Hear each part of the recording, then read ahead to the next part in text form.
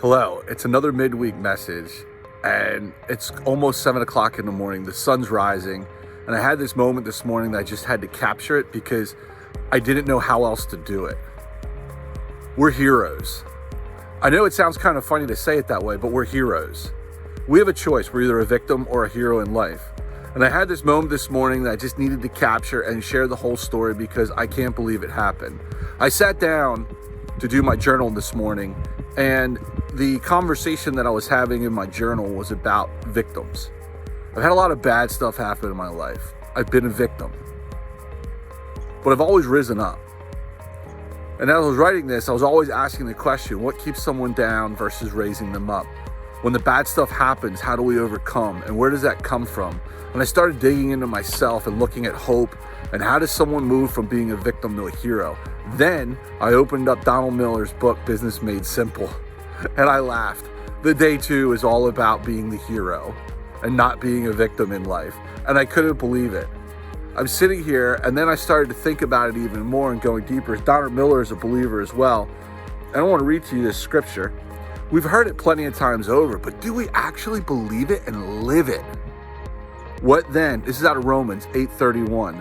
What then shall we say in response to these things? If God is for us, then who can be against us?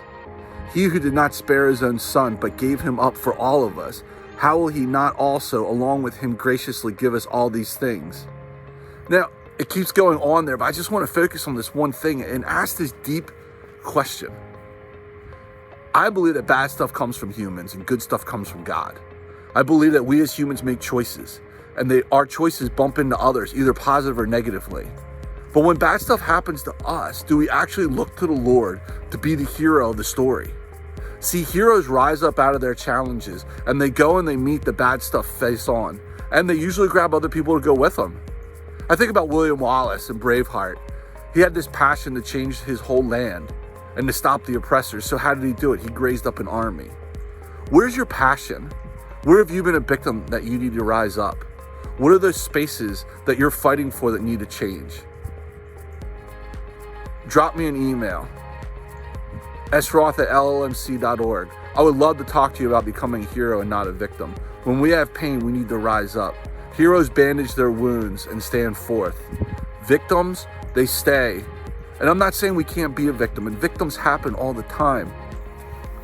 But do we stay that way? Because if God is for us, then who can be against us? Free will is a rough thing. Free will is this choice for us to move forward or to stay back, for us to love or not love. But it's all about our choices. I know this might be hard to hear sometimes, depending on the space in your world, but there are ways out. There are ladders to get out of your pit. So if you want to talk more about this, I'd love to too. And thanks for the crazy edits and the wind in the background and this whole ad hoc thing. And I know it's not that long, but I hope that this touches you today to know that you are a hero. And you can be a hero, and if God is for you, then who can be against you? So rise up in your day to day. Be that hero for someone else. Make the world shine around you and they wonder what is going on with you. Be blessed, and I'm so glad that you watched this, and thanks for being a support for me as I go out and be a hero into this world.